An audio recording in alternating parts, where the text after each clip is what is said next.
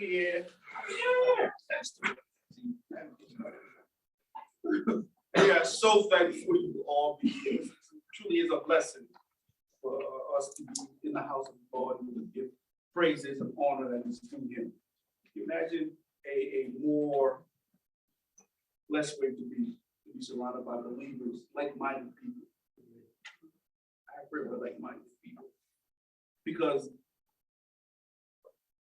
we ended last year and we'll begin this year with God. Ended last year with God. Start this year in God. We were blessed with a whole new year. I bet you in 2019, you never thought you saw 2023. Right? When COVID hit, it's the end of the world. Now look at you, stumping around in 2023. And it's not because of who you are or what you did. It is just God in His greatness, in His love for you, in His love for those who are lost and sick. So I welcome you to the hospital of God. Time to check in, right? So blessing. Now my favorite joke for only today is to say, man, I haven't seen you guys since last year. But like I said, built upon our own thinking is left to trouble. But this year, this theme, living by God's foundational instruction. And before we can actually get to His foundational instruction, we've got to answer one tiny little question. What is truth? What is truth? God is truth. Yeah. What if I put you in a situation where I say this? You walk up to somebody and say, well, you know, I don't believe in the Bible. And you say, well, let me show you in the Bible the stuff you don't believe in about God. That usually doesn't go over well, does it? Because they don't believe in this. Then where do you go if they don't believe in this? I think we take it too far sometimes. Who are you? You don't believe in this. First, lower the tone. And then ask them, so what do you believe in? Well, I believe in the truth. What is the truth that you believe in? Well, I believe there is a being, not God, out there who's, okay. So you believe in Santa Claus? No, not Santa Claus. I believe in the Easter Bunny. Easter Bunny. I believe in science. That always takes me back to my favorite joke, where the scientist says, he looks at God, he goes, I can do miracles too. God said, oh, really? He said, yes, I can do miracles. He said, all right, let's do miracles together. He said, let us create things. And scientist says, oh, a piece of cake. I've got this. So the scientist bent down to pick up dirt. God says, hey, my buddy, create your own dirt. See, science is good, but where science fails to admit the truth is where God is. God's everywhere. So the aim this morning is to understand the importance of objective truth so that we can effectively be able to engage or make a defense for God and this faith that we have while establishing true belief with the gentleness and respect that is required. Yeah, I giggle a little bit when I get to the end of that verse. With all gentleness and respect. It's something we always forget when trying to correct people and trying to show people the truth. Why do we forget gentleness and respect? As if it's not part of it. Why? Consider this. You pull up to the stop sign, you see two cars hit each other, right? There's only one truth one could come up with. There's only one thing that we know for sure, and that is there's an accident. That's the one thing we know. Do we know who's at fault? No. Do you know how it got started? No. But the one truth that we have is there is an accident. Now, how do we get to who's at fault? Eyewitness testimony. Sometimes they're not that reliable. But we got to collect all of them and see where it goes. So the question is, what is truth? Truth is giving or spreading of information as it actually is. Truth is giving or spreading information as it actually is. This is one of my favorite quotes. Truth is true, even if no one believes it. A lie is still a lie, even if everybody believes it. Truth can be defined as this: that which corresponds to its object, that which corresponds to reality, and that which describes an actual state of affair. All he's saying is, truth is a description, a belief, or a faith that matches the way things truly are. Truth is exactly what reality is. Truth is not relative, but absolute. Truth is not dependent on you, the hearer, or the bearer of it. This is because truth is what? Objective. What does objective mean? It means it requires both facts, reasoning, and logic. It means when it comes to the truth, we must leave our what? Feelings and emotions at the door. Objective truth is the spreading of information as it actually is. That which matches reality. If a thing is true, it is true for all people at all times and in all places. And one of my favorite things to say is, red means what? Stop. I thought you knew that. Red means what? Stop. Green means what? Oh. And yellow means what? Your own interpretation. Thank you, John. Yellow is up for your own interpretation, because a lot of people see yellow in many different ways. Yellow means step on it really fast where red comes, or yellow means slow down because red is coming. That's your own interpretation. But red means stops and green means go. No matter what country you go to, you will understand those two, right? You're in trouble. Truth is truth regardless of one's own perspective. Something can be true even if no one knows it. Here's the kicker. Respect is not earned. Let that sink in.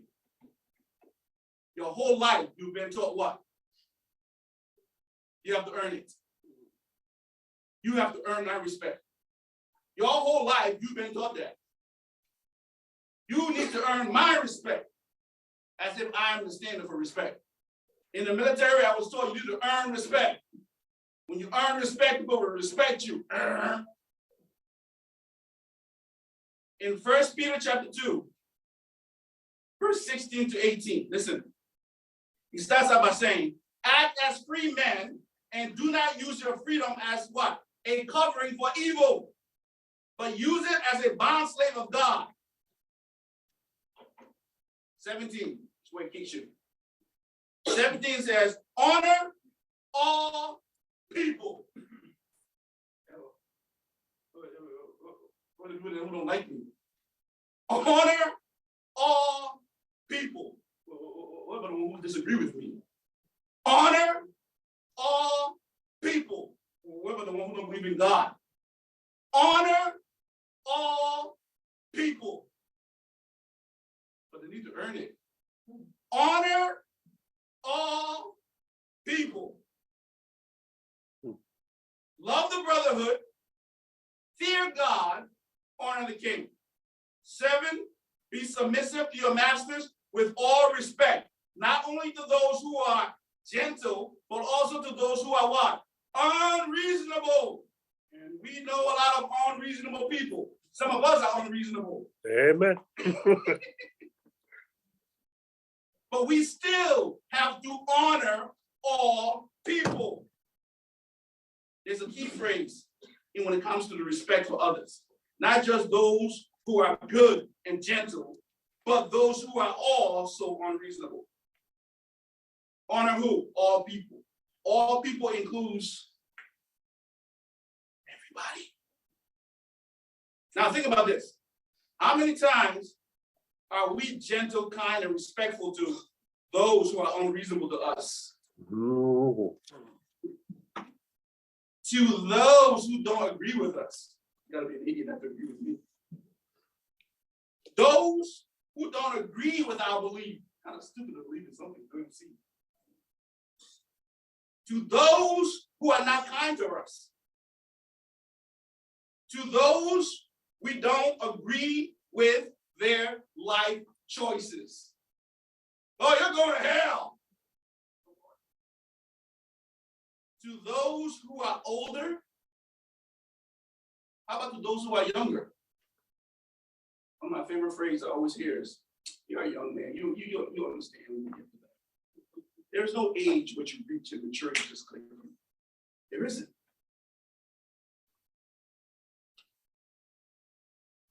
How about to those who don't know any better? Non-believers. The actual problem and consequence is found in the latter parts of the verse. See, we lose favor with God when we are not respectful to all. Let that ring in. You lose favor with God when you're not respectful to that was created in God's image. Verse 19. For this finds favor.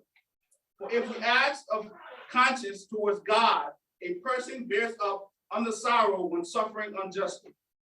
For what credit is it there when you sin and harshly treated, you endure with patience? Here it is. It says, why are you celebrating when you sin and then you are punished for sin and you're like, all right, I deserve it. It's okay. But when you do what is right and suffer for it, you patiently endure it, it finds favor with God. Two ways we find favor with God here, right? When we do what? First one is what? When we respect everybody. And then number two is what? When we endure the pain, the persecution, the suffering, we do what is right. See, truth is truth despite our biased limitation to see the truth. Something can be true even if no one admits it. Remember what it said? A lie is still a lie, even if everybody believes it. The truth still a truth, even if nobody believes it. Something can be true even if no one admits it. There is one way to the Father. In John chapter 14, verse 1 through 6. That's John 14, 1 through 6. It says, don't let your heart be troubled. Do not let your heart be troubled. Believe in God. Believe also in me. In my Father's house are many dwelling places. If it were not so, I would have told you. For I go to prepare a place for you. If I go and prepare a place for you, I will come again and receive you to myself, that where I am, there you may also be. And you know the way where I am going. That's amazing. He's talking to his apostles. He's been teaching them for years now. And then Thomas jumps up and says to him, Lord, we do not know where you're going. How do we know the way? Sometimes you just want to, like I've been teaching you this so long, and you keep forgetting. You ever taught somebody something over and over and over and over and over and over again, and they keep asking you the same question again and again and again, and you say, Lord, have patience. Oh, This is it. This is why we can't be mad with people who ask 1,000 different questions. Or people who ask the same questions over and over and over and over and over again. Let's look at Jesus dealt with it. Jesus said to him, I am the way and the truth and life. No one comes to the Father but through me. Now, your whole life, you've been told, there are many ways to God. Give me a lot of money and I'll show you the way to God. Or that there just can be more than one way to Father. There has to be many ways. We all have different walks. The funny thing is, the Bible says it's easier for a camel to go through the eye of a needle than for a rich man to enter into heaven. Because the rich man wants to carry everything he owns. So instead of following God's way, he's rich enough to create his own way. And there have been many belief systems that follow that same logical thing, illogical thing, with the mindset that you can buy your way into heaven. You cannot. Not the God I serve. He said there is one way. Why is there one way? But there's only one God. There's one faith, one baptism, one Lord, one God. You see the pattern? One. So there has to be one way to the one God. But I mean, it has to be other. No, there's just one way to the one God. Something can be true if no one agrees with what it is. You ready for this one? There is no such thing as generational curse or original sin. Let's go to Ezekiel chapter 18. Ezekiel chapter 18. There is no such thing as generational curse.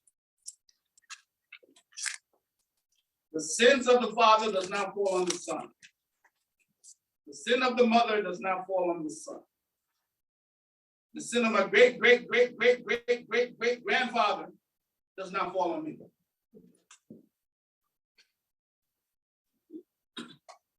We have been taught that there is such a thing as a generational curse. We've been taught as such a thing as original sin. Original sin is simply saying that since Adam sinned in the garden, we were all born sinful. Not true. That is not true. Picture this. If God held you accountable for the sins of everybody else, that's not fair. That's not just. That's not a just God. This is why a woman who is not married and a man who is not married can have sexual intercourse and from that produce a baby who is born sinless. The act is sinful because why? That's sex outside of marriage. That's premarital. That is, God said that is a sin. But the child that is born from that act is born sinless.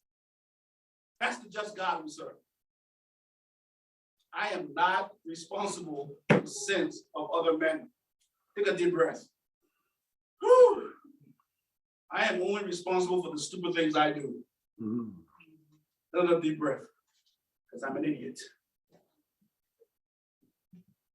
I'm responsible for me. That's a big movement. Let's go. Ezekiel 18. Then the word of the Lord came to me, saying, what do you mean by using this proverb concerning the land of Israel, saying, for the fathers eat the sour grapes, but the children's teeth are set on edge? As I live, declares the Lord, you are surely not going to use this proverb in Israel anymore. What's he saying?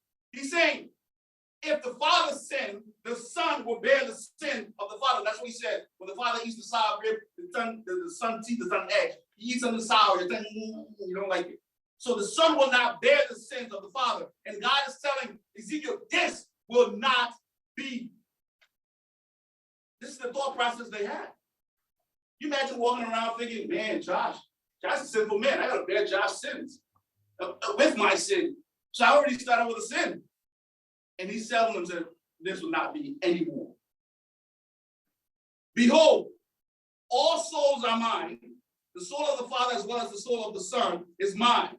The soul who is sin will die. But if a man is righteous and practices justice and righteousness and does not eat of the mountain shrine or lift up his eyes to the idols of the house of Israel, or defile his neighbor's wife or approach a woman during her menstrual period, if a man does not oppose anyone, oppress anyone, but restores to the debtor his pledge, does not commit robbery, but give his hungry and covers the naked with clothing.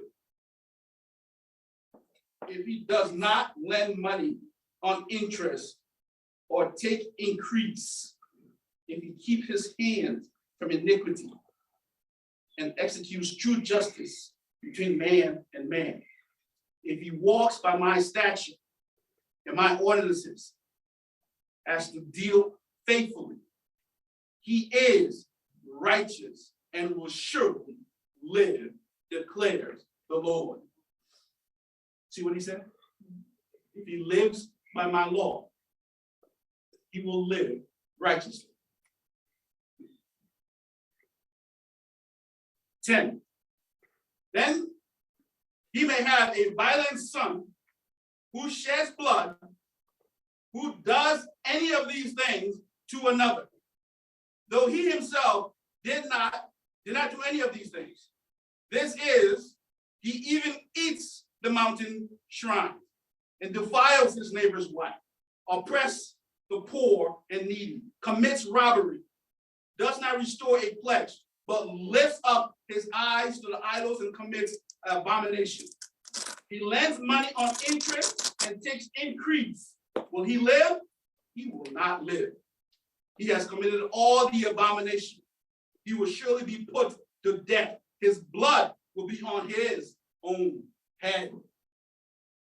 What does it mean? It means if the Father upholds my ordinances, my commandments, if the Father holds them, but the Son does not, the Son will die and the Father will live. Why? Because the Son, the sin of the Son does not fall on the head of the Father. The sin only falls on the one who sins. This is where a father takes a deep breath. If you, as a father, you preach, you teach your child, you train them up in the ways of God, and they depart from that way because they're an adult, and they make adult decisions, and they go against everything God has to offer, the death is on their choices and on them, not the Father. Deep breath. 14. Now behold, he has a son who observed all his father's sins, which he committed, and observing does not do likewise. And this is where people get stuck. He said he observes. What does observe means? He looked, he saw, he never partook. He looked, he saw, he didn't participate. To the son who sees all the sins that his father has committed, but never took part in them. He does not eat at the mountain shrine, or lift up his eyes to the idols of the house of Israel, or defile his neighbor's wife, or oppress anyone, or retain a pledge, or commit a robbery, but he gives his bread to the hungry, and he covers the naked with clothing. He keeps his hand from the poor, does not take interest or increase, but execute my ordinances and walks in my statute. He will not die for his father's iniquity. He will surely live. If the father is evil, does everything evil, the son watches the father, does everything evil, but the son says, not for me, I'm going to choose God. The son lives, the father dies. Deep breath, sons. Deep breath. What does that mean? Well, it means Ron is responsible for the sins of Ron, and Josh is responsible for the sins of Josh. That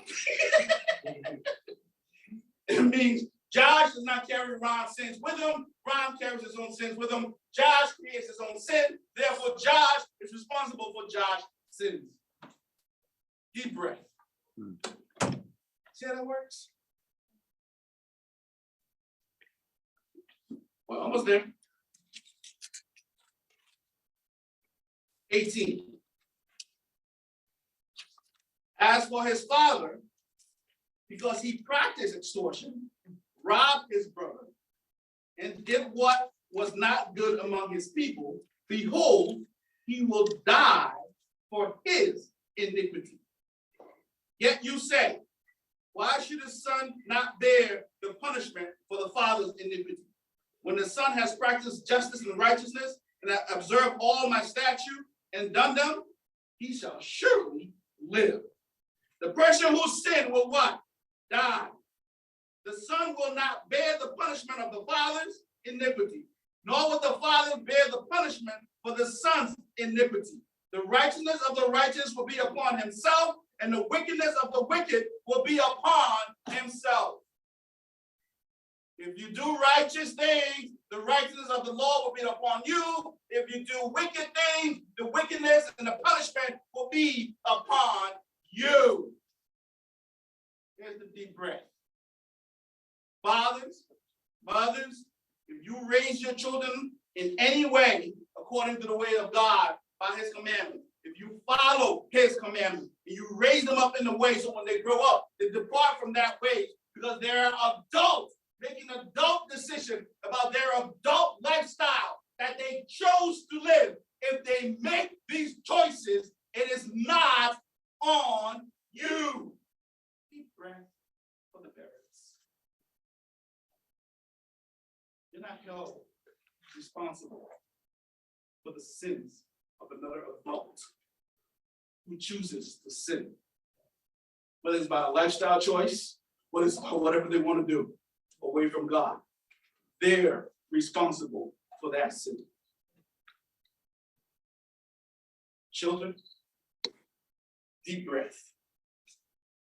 Because you are not responsible for your great-great-great-great-great-great-great-great-great-grandfather's sin. He's responsible for his own sin. See how that works? That's why God is so just. That's why God is so righteous. Because you are responsible for your own sin. See why we don't have any generational curses? Because each generation is responsible for his or her own sin. And we don't have original sin because, hey, the act is sinful, but the child that is born from said sinful act is born sinless. That's the truth they don't want you to hear. They want to put that shackle around your neck. Can you imagine living with the mindset that the sin of the world is on my shoulder? I don't even want my own sin on my shoulder. You can't breathe. Christ already bared the punishment for the sin of the world.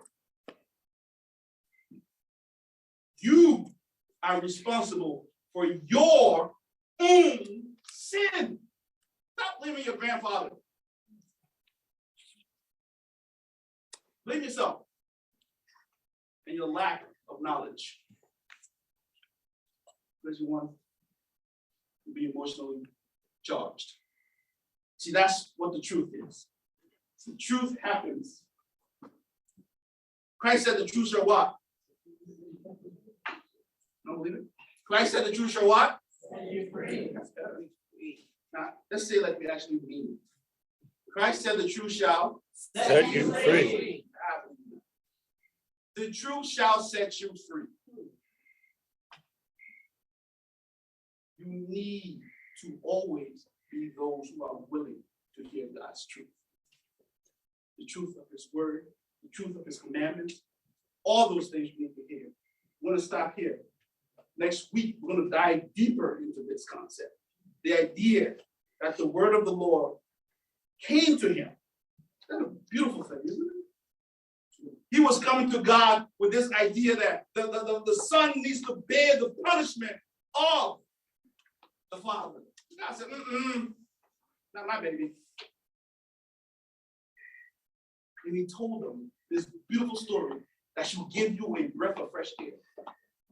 I'm responsible for me. And then you should be scared because you're responsible for you. But take cheer. Why? Because Christ already overcame the world. so you can too. How can you overcome the world? We're going to keep diving deeper, as it goes a lot deeper than this. And we got to understand this. That's why in this series, you're going to understand. We're trying to figure out what truth is. We'll figure out what truth is. We're also going to figure out how do we get truth? Because that's key. And I want to also land on the fact that why is truth important? Imagine if we all live by an emotional. If you made a decision, who here have made their best decision when they was angry? Right? You don't make your best decision when you're angry? No. Why not? Because all logic goes out the window. You ever been so wrong and somebody brought it to your face, but you're just too angry to accept it? Huh? When we are angry, we are so right. Oh, yeah. And then when we calm down from that anger, oh Lord. I was talking to these guys and I said, the funny thing, right? The same amount of energy that we go into being wrong, it's not the same amount of energy we go into time to apologize. When we're wrong, we want the microphone. We want everybody to know we're wrong. No, that we're right. You how many? You know when you find out you were wrong. What? What'd you say? I don't speak mumble. So we got to understand what truth is, because the truth was always set us free. If you're here this morning, and you don't know the truth, learn about the truth of God. You're gonna actually come on down and be baptized. Baptism is where your walk begins. Full immersion on the water. There is no special prayer. There is no acceptance in the heart of hearts. He said there is one way to the Father, and that's through him. I am both the light and the truth. I am the way. So if you wish to learn about the truth, to be added to the body, we actually please come up here to be baptized as we stand for the song of invitation.